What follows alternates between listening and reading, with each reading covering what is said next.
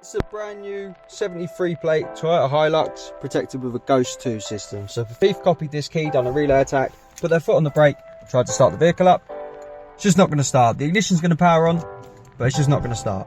If they try again, it's not going to start. So what the customer's got to do, when they hop in the vehicle, they'll keep their foot off the brake, tap the ignition twice to get the ignition on, wait for this Toyota logo to come up. Now they can put their code in. So for now we have 1, 2, 3, 4. The security light will flash twice.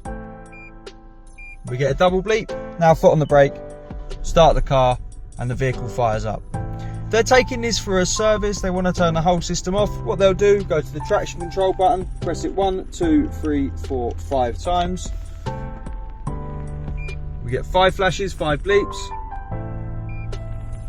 This is now a normal vehicle. To get one of these fitted, give us a call on 0208 212 7393. This is a Ghost 2 on a 2023 brand new Toyota Hilux. Thanks for watching.